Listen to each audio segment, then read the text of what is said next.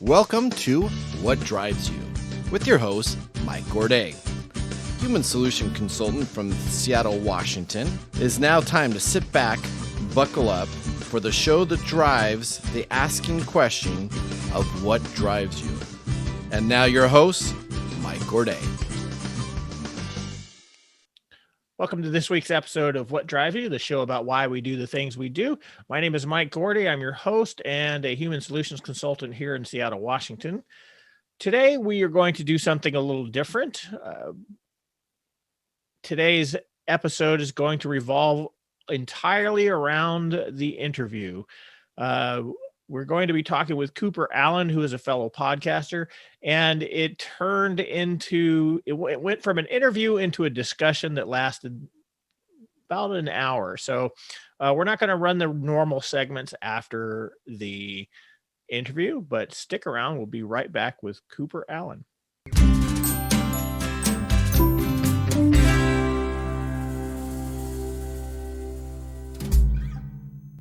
And welcome to this week's episode of What Drives You. Today on the interview, we have with us Cooper Allen from Ontario, Canada. How are you? Doing well, Mike. Thanks very much for having me. Looking forward to a good discussion. I think if it's anything similar to what we chatted about off air, it should be a good one today. Yeah, I hope we can get through this one without the technical problems we had trying to record earlier. That's you'd think we'd be better at this by now, kind of the year of the pandemic, having to stay home and take care of it. But yeah, it's always out to get you, it seems, that technology.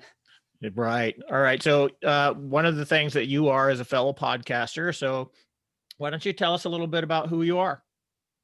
Yeah, absolutely. So like you mentioned, in the podcast space a bit, that's been kind of a fun side project for us. LCL Collective, it's what it's called. LCL stands for Let's Change Lives, and a bit of a backstory to that. So I actually started in the entrepreneurial world while I was a finance and accounting student in university. Started a consulting business, ended up kind of by accident in the music industry, lived down in Nashville for a little bit, and kind of bounced around industry to industry, helping out a couple different consulting clients. Figured that's what I would do for most of my early career is bounce around a bunch and try everything, figure out what I liked. And I got to a point where I was doing a lot of travel for work, and I'd pick up and I'd call my co-host Ray Mulville before we'd started the podcast. And he's a very successful entrepreneur in his own right. So he was a friend, but also a mentor at the same time. And we get chatting, and he kind of asked me one day, he said, "Coop, what are you doing?" And I said, what are you talking about, Ray? You're one of my best friends. You know what I'm doing. He said, no, but why are you doing what you're doing? And that fits right into this idea of what drives you that I'm sure we'll talk about today. Yeah. But it really got me reflecting on kind of what I was doing, and really almost, I guess, pivoted a little bit on the path I was on. But to make a long story short, we got chatting more and more, especially after that conversation. And finally, one day we just said to one another, why are we not recording this? If it helps one person, then that's a win. That's 100% return on investment there. You being one person in the world and helping one other person. So we might as well get that going. So that's what brought me into the podcasting space, is just an idea for the two of us to really document our entrepreneurial experience, talk a little bit about what we've learned, and just advice we've got from different mentors, advice we've got from different failures that we've had as well. And hopefully 10 years down the line, when we're still talking about the same things, the core principles of wellness, and not just financial wellness, but mental wellness and physical well-being and mindset and all these different principles, that we can reflect back and say, yeah, this was stuff we were talking about early in our career. It's not just stuff we're talking about now that the bank accounts are a little bit more full, and we can still be relatable to people who are earlier on in their in their entrepreneurial journey, or a little bit earlier in their career. Because I think that's, as we talked a little bit about off air, I'm a big Gary Vaynerchuk fan, big Ed Mylett fan, big Lewis Howes fan, all these personal development guys, and just love the idea that they bring that to the table in terms of looking at success more holistically. Mm-hmm. The only knock on those types of people is that the regular listener will say, oh yeah, it's easy to talk about gratitude, Gary Vee, when you've got a full bank account. Right. So being in that community of we're not at his level of success yet, but that doesn't mean that we can't still use the same core principles and go out and win anyway. Right. Okay. So that's kind of what brought us into the podcast space anyways. I think that also teases into the what drives you and what you're passionate about conversation a little bit as well. But that's the gist of me anyways. That's kind of the 30,000 foot overview. Okay. All right. So as you know, from our discussion and watching the show, that I basically asked two basic questions of my guests, and the first one is, what are you passionate about, and the second is, what do you think drives that? You know, because I like to hear what people think their reasons are, and it's just great hearing all the various different answers. So we'll just jump right in with that. What are you passionate about? I would say the biggest thing is to try to summarize it as succinctly as I can. I would say having the conversation with people about defining their win, whatever that means to them. Mm-hmm. So what my win personally looks like, there's probably certain people that think I'm a little bit crazy because there are certain jobs that I turned down, for example, out of university that to go the entrepreneurial route, that people are looking, what did you go to school for? Is that not what you went to school for? Take that job. That's safe and secure. And whatever that even means in this 2020 world and 2021 world. But to make a long story short, it wasn't my path. It wasn't my journey. So I went maybe a bit less of a conventional route. And I have a bit of a background as well. I spent a little bit of time in student recruitment for a university, and we'd have kids that would come up to me and just say, hey, yeah, I'm grabbing the pamphlet here, but it's because my mom told me to, not because I want to go to university. And that's that age old discussion too, about just, are we living out our own dream, or are we living out someone else's? Are we living out what our parents expect of us? Are we living out what society says that we need to do? Yeah. So really having that conversation around mental well-being, physical well-being, financial well-being. And as we talk about those three things, how do we have success in those three areas, all the while doing what Mike wants to do for himself and not for somebody else, doing what Cooper wants to do for himself and his path. And for me, Right. my path just happens to be, I'm passionate about really helping others and serving others, which is a separate conversation in and of itself. But really having that discussion of, when it comes to your career, Mike, there is no right and wrong. There's right for you. And who am I to say what you should and shouldn't be doing? Yeah. I was making mention that a lot of the people that I work with, they're very focused on one area of their life, and it's so funny that life is such a balance of what do I want versus what do I want through the society that's telling me what I want. So we have this dance between our identities and what the group wants our identity to be, because that's how we are. That's the paradox of the humanimal. That's my buzzword of the day, is humanimal. As self-aware, we have our own identity and we want that individuality to shine everywhere, but because we are social animals and we have to be in groups, we often have to suppress these pieces because the group identity overshadows the individual. And so I work with a lot of people who they're very focused on that financial piece, and they let everything else go. So they're unhealthy, or their relationships suck, or whatever it is. And when they're asking for help trying to get this financial piece going, and I ask them, well, what about your health? And they go, well, that can wait, or they don't even consider that that's a piece. And that's always something that I find. I mean, I've been there too. I've been around for a while, and I've gone through these things myself. So it helps me to understand why they don't pay attention to those things. And a lot of it is because of that social pressure. Absolutely. It's to your point, that kind of keeping up with the Joneses mentality, and not to turn this into a financial discussion by any stretch of the imagination, but Right. you see that's the no matter whether someone's making 40 grand a year, 400 grand a year. It's just, we as human beings, not just financially, but as beings, are broke on different levels. Mm-hmm. Whether that's because we have more money, we've created this culture where we just spend a little bit more, have a little bit nicer of a car, nicer of a house. But no matter how much you buy, there's kind of just that empty feeling. And Yeah. We're not taking care of our spiritual needs. We're not taking care of our relationship needs. It's just so funny how we get so in a rut like that. Absolutely. And then I think the second part of your question, more so on the what drives me personally side, what I'm passionate about certainly is around kind of changing the conversation, looking at things a little bit differently, maybe even against the grain in some ways.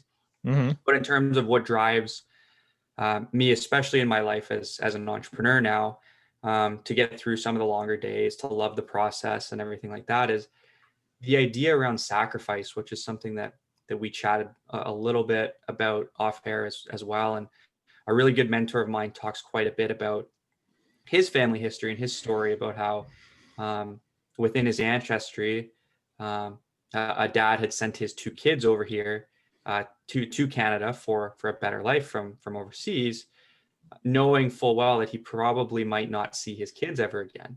Mm-hmm. So you start to put that into perspective, how big of a sacrifice that story is. And from that story, I looked at my own situation, and you don't have to go too many generations deep to say, okay, well, there's families that or folks in our family who served, say, in World War II.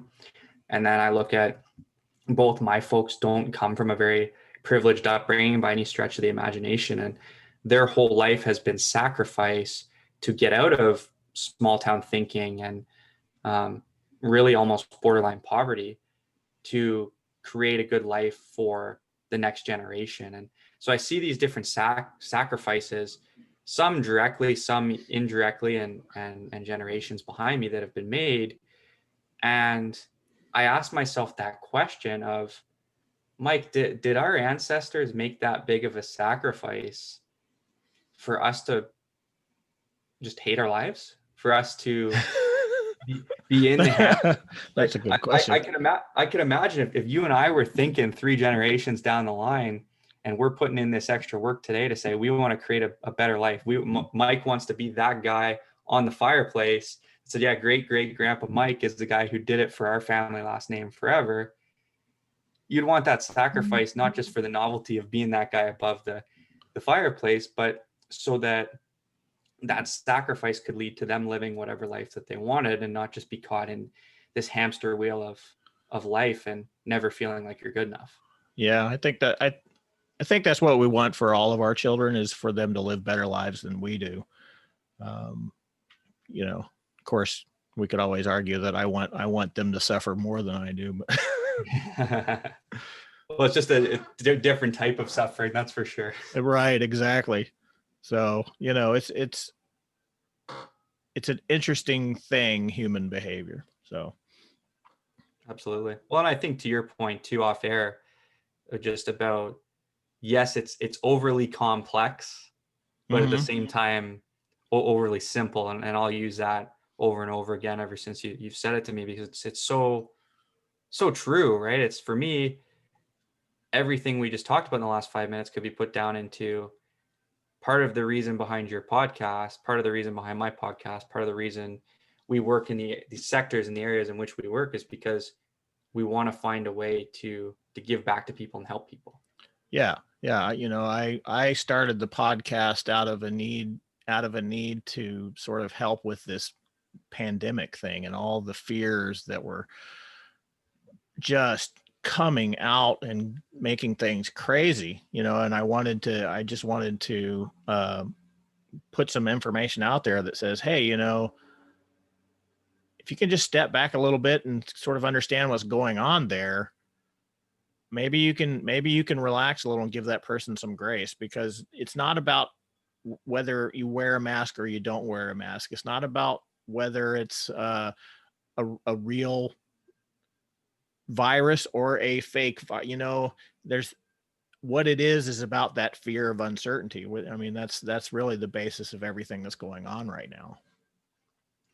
How much of, because that's another thing we've discussed a little bit too, is that idea that we as humans seek quite a bit of certainty. Me being in the entrepreneurial world, that's one thing that I've come to learn, is that there is not much certainty at all. Right. How much of that, having said that, how comfortable do you think people need to, do people need to become comfortable with the uncertainty, or just get comfortable with being uncomfortable, and that sort of idea? How much of that do you think is requisite for success? That's a really good question, because in the realm of personal development and psychology and entrepreneurial endeavors, we're always talking about getting out of your comfort zone, right? Because as human beings, that certainty is vital to our existence. One of our biggest fears is the unknown.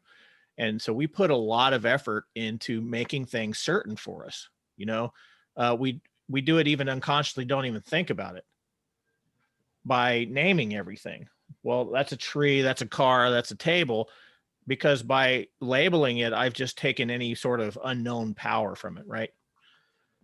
So, and we do that with our daily routines. We do that with, I get up, I do certain things. I get up, I go to work, I do certain things.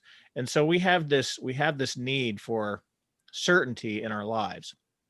But we also need variety. And when it comes to living in that uncertainty, I think you might have hit it closer to the head when you said that we need to be comfortable with discomfort. It doesn't mean that we completely embrace this thing, because psychologically and, well, from a neuroscience perspective, that's never going to change. We're always going to have that fear of the unknown.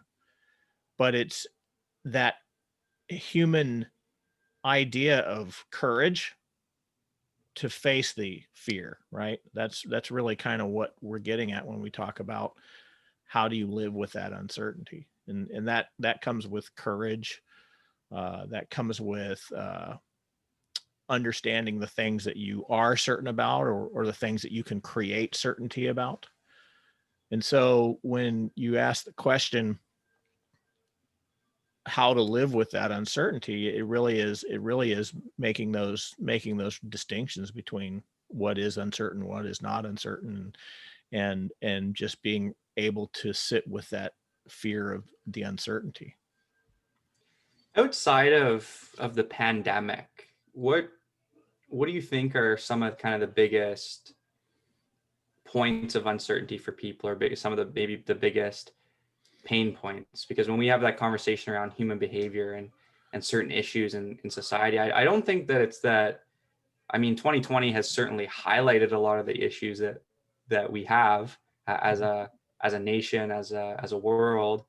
But I don't think that it's not like they weren't issues already. It's just exposed them. Mm-hmm. So where do you think some of those pain points arise as it relates to uncertainty in day-to-day life?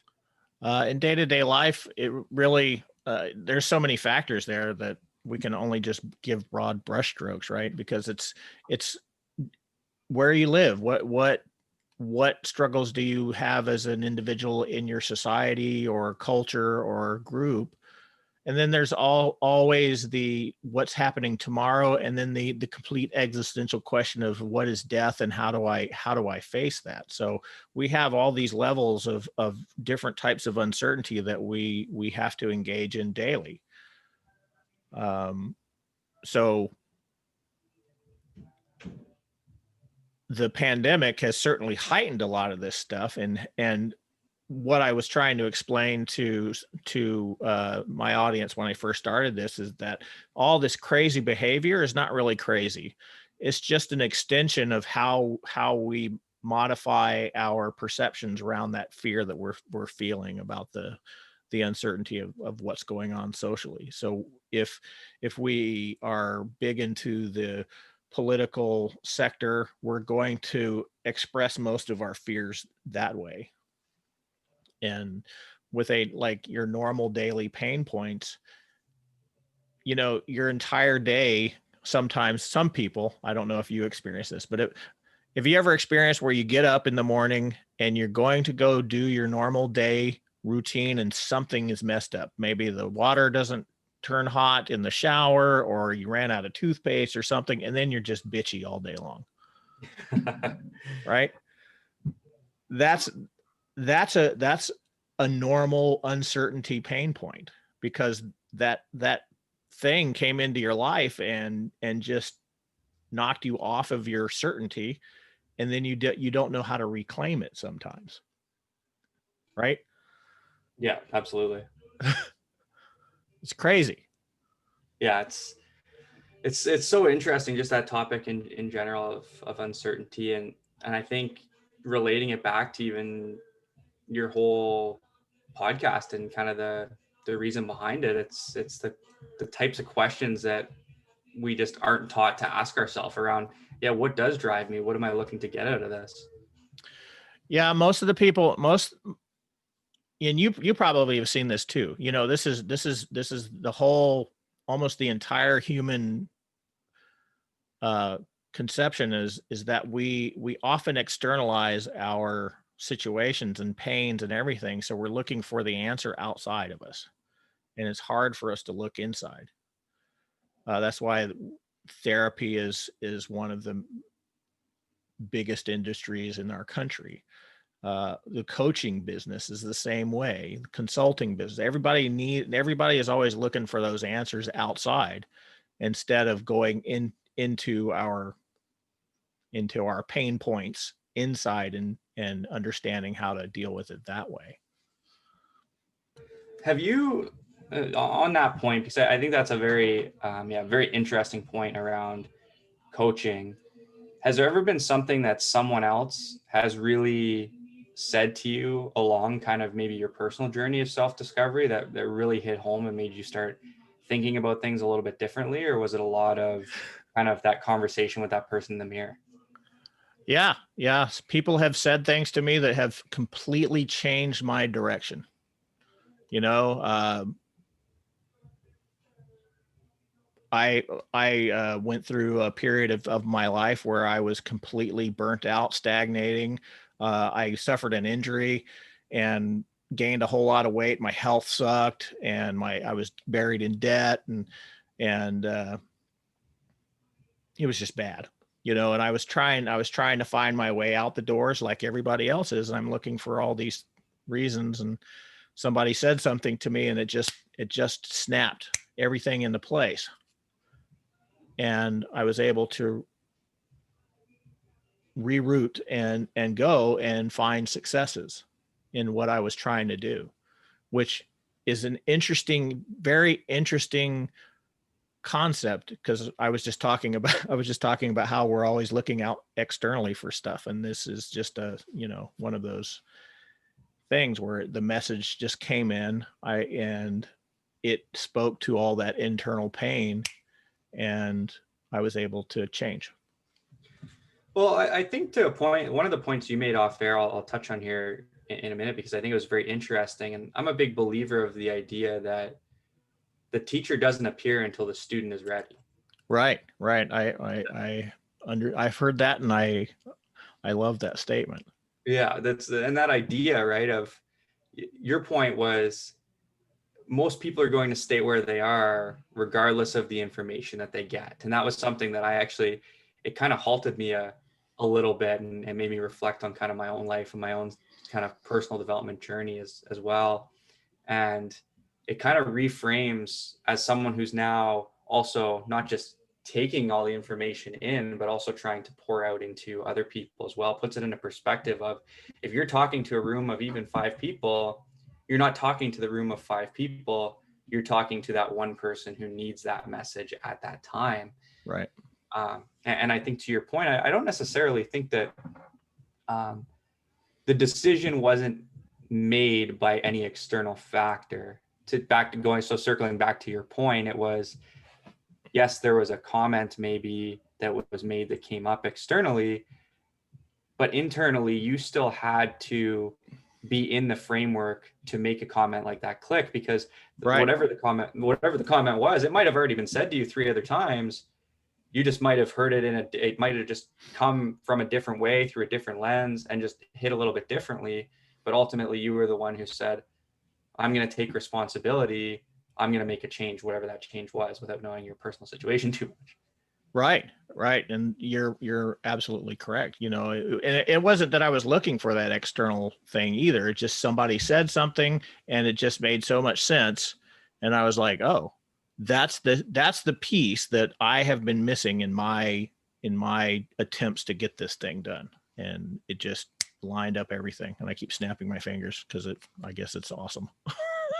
Yeah. Well, and it's funny because I would say, if we were to reflect on what's the biggest lesson that this pandemic has taught, Mm-hmm. at least to me personally, is that everything that happens in my life, positive, negative, or otherwise, is completely and 100% up to me.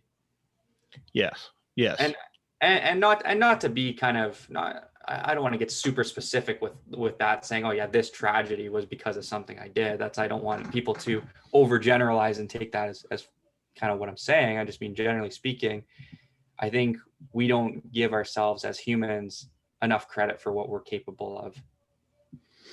Yeah, that's that function of that fear piece, and that fear message is given to us all over the place by everybody. It's even the media is giving us that fear piece. That, in fact, that's what drives advertisements for things, is that fear piece. Well, you want to have clean clothes so you don't look like a grungy person, or you don't smell, so you need to use Tide. Or maybe I shouldn't say that. You need to use whatever, Yeah, no free ads. Yeah. But that the whole advertising industry is based on pressing into those pain points.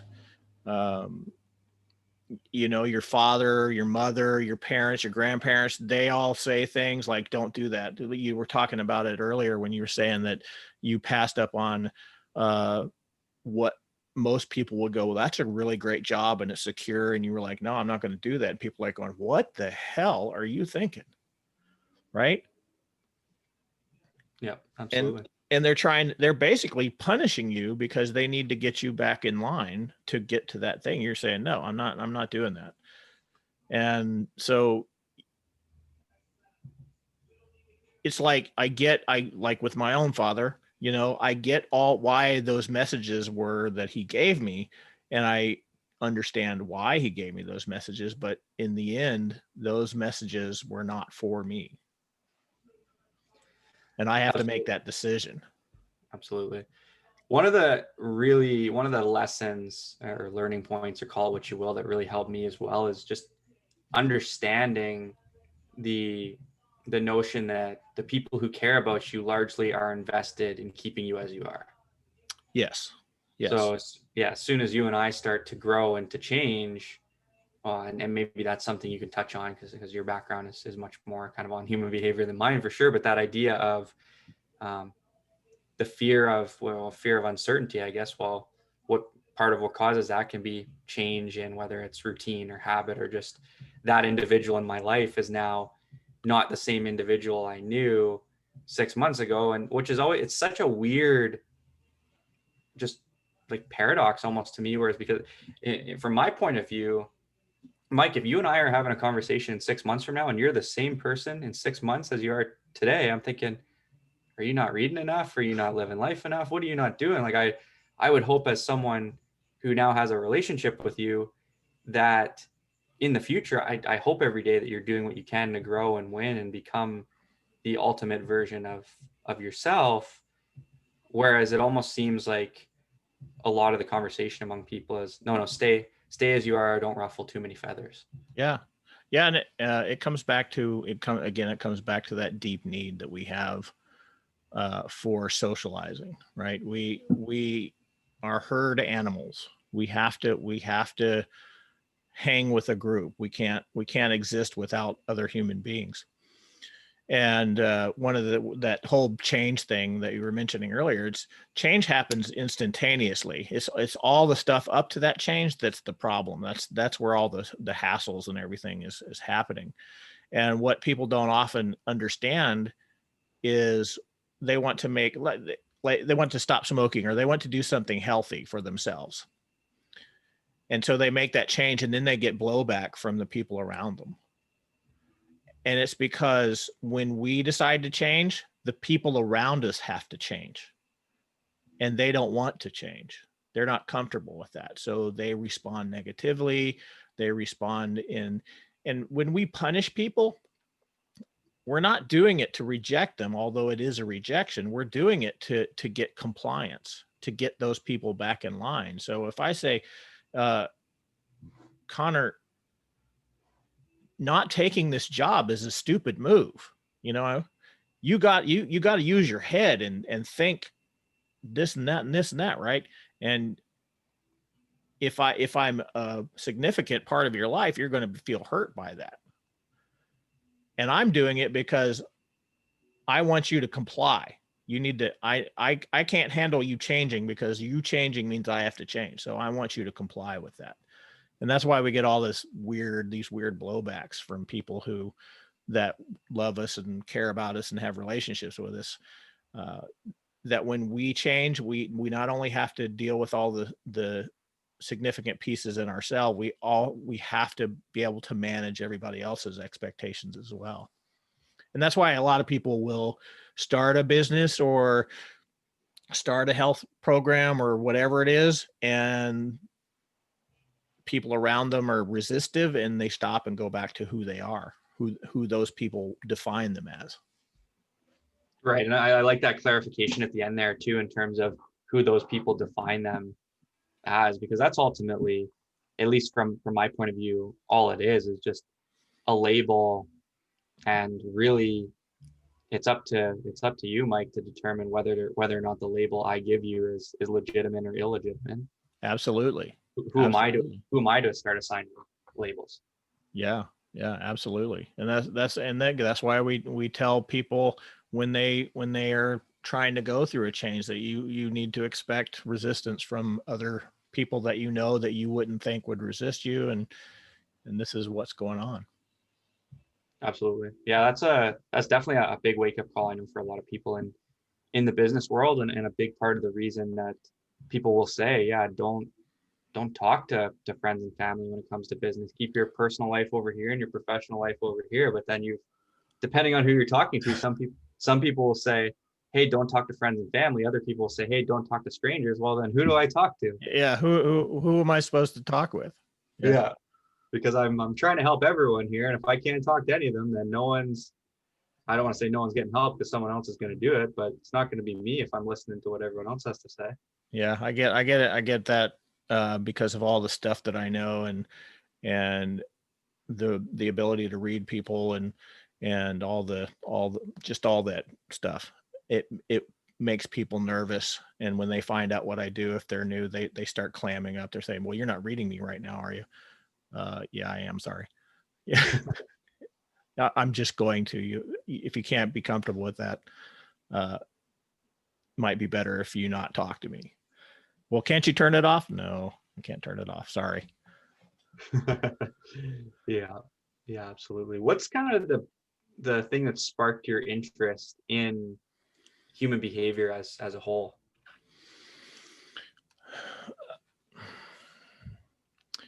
There's a long answer to that. I think the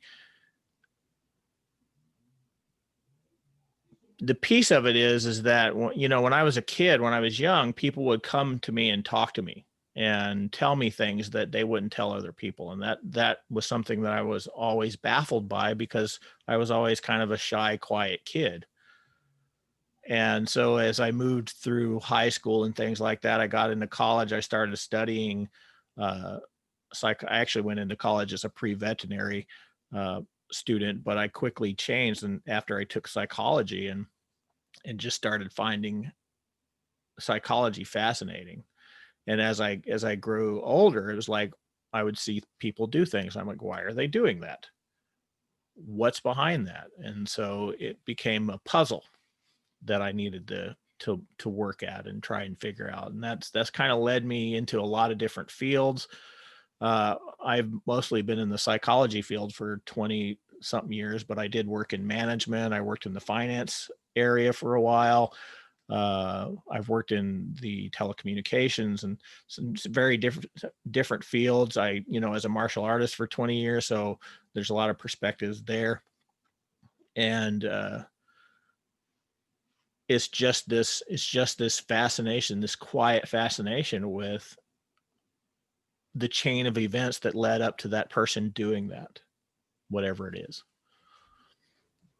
Yeah, that's interesting for sure. And one of the things, a great piece of advice I'd heard back in March when the world got a little bit messy was in a time like this, the types of questions that you ask yourself will determine your growth.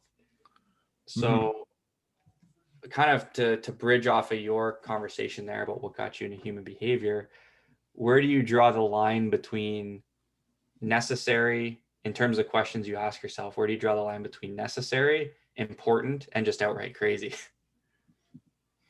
I don't know if I do that. I think the questions that are you asking what questions I don't ask anymore of myself? I just think, yeah, in terms of, is there a line where you can look at someone and say, okay, well, now you're not reflecting to better yourself. Now it's becoming a negative to you because you're overthinking so much about stuff that is not relevant to your growth. Yeah. That's a good one, because I do tend to overthink things. So one of the questions that I've started not asking myself is what more information do I need? What information do I need to make this work? Or it's just doing things now, or trying to just do things. And Right. that's one of the evil byproducts of the personal development realm, right? Is that everybody's always constantly looking for the answers, that they don't stop to do the actual work. Right. Yeah, So that's the other thing, and especially in the entrepreneurial world, you reach a point in time where, yeah, it's actually, there was a quote I saw online the other day where it was about, you can only take so much of this stuff in, and eventually you just gotta to kind of put up or shut up, for lack of a better term. And right. really, that's the biggest way in business, where I could sit down and talk to a leadership coach all day long about how do I create momentum in my business? How do I wake up motivated? Well, it's by doing, and then failing and doing and failing and doing and failing, and eventually succeeding one time, and then the candle's lit, and then it just doesn't stop. Yeah. I think we forget that. And people that high achievers, they tend to overthink things a lot of the times. And so that's one of the pitfalls that, and I don't know if that's just, I think that may be more generalized than I'm saying, but because I work with a lot of people who just, and I'm one of them, I'm an overthinker. I just overthink everything to death. And then I try to do something and it doesn't work. And I'm like, oh, I got to get more information, instead of just repeating the behavior and repeating the behavior and repeating the behavior, which is how you do most of this stuff, right? If you want to lose weight, what do? Yeah. You make a plan and then you do the plan. You just do it. You don't overthink it you don't sit every day and redo the plan. You just do the plan. Right. Yeah, absolutely. And we've kind of, again, it's another cultural thing where a lot of us, and I've been guilty of this before, have just been busy being busy. And Yes.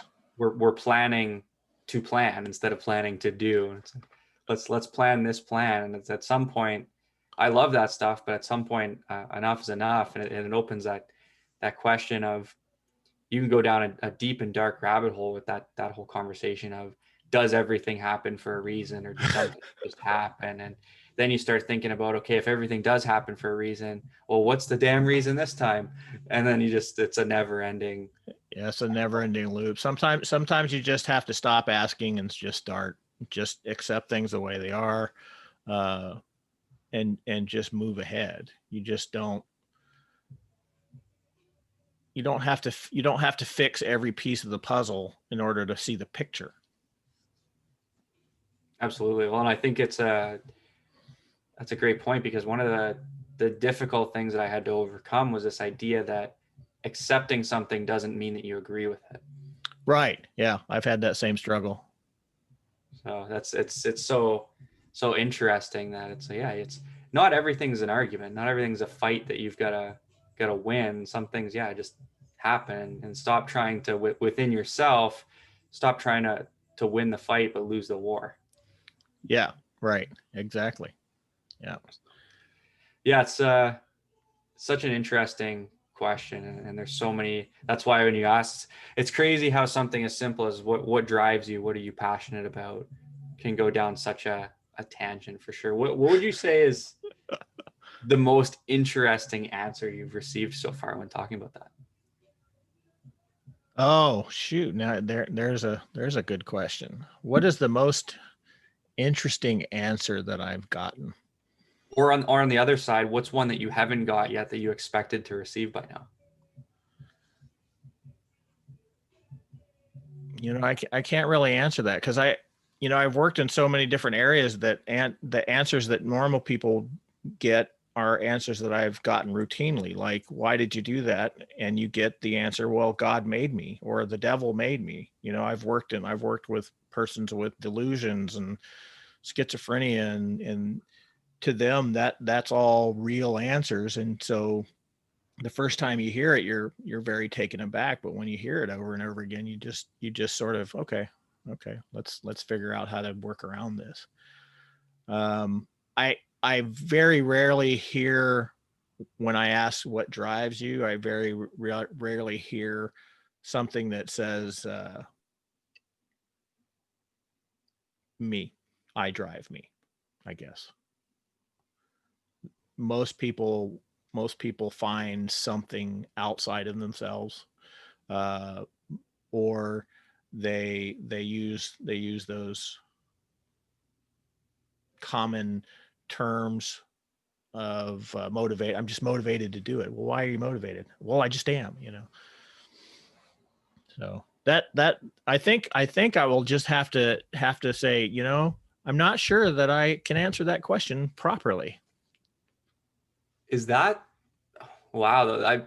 Again, it's that complexity simplicity paradox again, though, where something as simple as I drive me, is that, why don't we get is that an acceptable answer? Why don't we get that? Why don't we get the I want to go win because I want to go win, because that's what we're put here to do, is become the best version of ourselves. Forget wanting to help people, forget my family, forget whatever. I'm going to win because that's what I'm put here to do, is go win.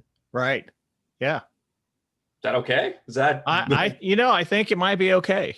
It really comes down to is, if it doesn't matter, at the end of the day, it rarely matters what you say is the thing. It's really what energy you give it to help you get what you're trying to get. So if you're in a business and you're trying to succeed at business, and you say it's because of your lucky rabbit's foot, if that's what gets you up in the morning and it doesn't otherwise affect you negatively, okay, because that's your belief. That's what you believe. That's superstition is rife in things like baseball and other things. And while I may say, well, that's stupid, not me personally, but I may say, well, that's dumb. It doesn't matter if it works. Yeah, it doesn't matter what I think. If it works for that person, then why do I want to take that away from them? So these are very good questions, and we could probably sit here all day and just discuss that in many, many different avenues, because again, just asking a seemingly random question, a seemingly simple question, we can get very complex very quickly. And it doesn't matter how simple the motivations are. I mean, the basic motivation of the human being, the most basic, everything starts from this one point. in every living creature is whether it causes us pain or it causes us pleasure. So every decision we make is based simply on a binary system. Every decision. What would But it, you? yeah. One last question. I'm curious about for you. Okay. I've got actually a bit of a call to action for your listeners. What would you say to the people who answer the question, "What drives you?" or "What are you passionate about?" with, "Well, really nothing. I haven't found my thing." What would I call the call to action is really, I suppose, right? The call to action would be that's not an answer. That's an excuse. Because we're all passionate about something. So it's just about doing the kind of the requisite activity to find out what that thing is. Yeah. It's everybody is passionate about doing something.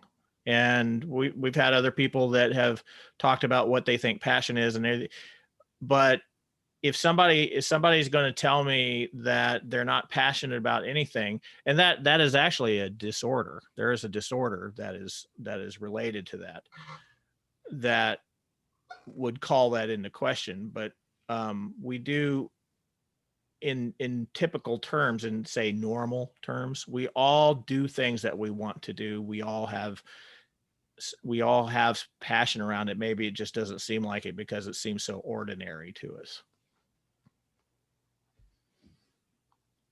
Yeah, it's interesting, right? Because I feel like there's a lot of folks who've said, yeah, I've tried a lot of things in my life, but there's nothing that I've really stuck to. And I think it's less about the specific activity, but more about how you feel with the end result. And I know for me, yeah, is sitting down and having a good discussion on a podcast a lot of fun for sure. Yeah, that's fun.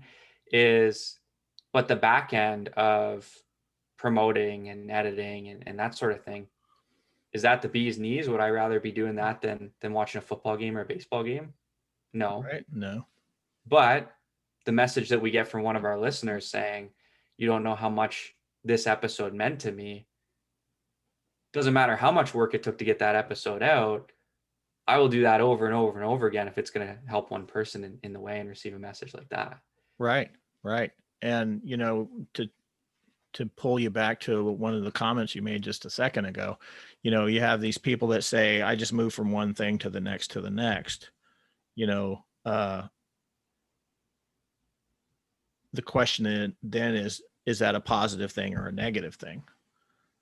Do you do that because you just love to learn new stuff, or do you do that because you just fail at everything? And that's where you would start digging into those issues. And if something that we say today helps somebody, it's indicative of me to actually do that scut work of editing and producing and putting it out there, that is going to reach that person. So it behooves me to want to be able to do that. And we all come up against these questions, do I really want to do this? Is this really worth it anymore? Or is this making me happy? So yeah, so that's the call I would leave with everyone to kind of wrap up the show. It's been awesome getting to have this discussion. I look forward to listening back to it in the coming months to reflect and even just remember about, okay, that's what drove me in December 2020 or January 2021. It's now a year from now. Is that still the same thing that drives me, or is there something else? I'm curious. But that's so my call to action to anyone entering the new year is, I mentioned a little bit earlier, your growth is determined by the quality of the questions you ask yourself. Yeah. So get out a notepad, put something in front of you, and write out the questions. Start with the two that Mike's asking the audience. What is it that you're passionate about? Yeah. What is it that drives you? Yeah, exactly. You took the words right out of my mouth. When did we change roles here? I'm usually one that's supposed to be asking the questions. Yeah, well, that's I guess that's kind of what I guess a great way to wrap up your show, and probably how you would have expected to wrap it up. But that's my call really to people is and not only that too, but if the answer to that, as we've talked about, is I haven't found it yet, well, then the next question is I'm a big believer in not answering questions with statements unless they're positive statements. If the answer to the question is a negative, Mm-hmm. ask another question. Ask another question. And just keep asking and asking and asking and asking. And I mean, don't get too far down the rabbit hole, but you're probably not going to get too far down the rabbit hole before you find an answer. So let's hope. And that's one of the cruxes of why I do the things I do, why you do, because you're hoping that what you are doing is going to affect somebody positively, right? Absolutely. So, awesome. Well, sorry to kind of steal your thunder at the end there, but I definitely, no, it's okay. Yeah, definitely appreciate you giving me the time here to come speak with people. And like you said, I'm sure we could talk for a few hours, but I'll cut her short there so it doesn't turn from maybe regular conversation to just rambling. Exactly. Okay, Cooper. Thank you for joining us. I appreciate the discourse. It's not very usual that I get the seat turned around on me, which is okay. Good luck in your endeavors. For those of you who have sat through the whole thing, we'll be right back with our main segment. Just stick around.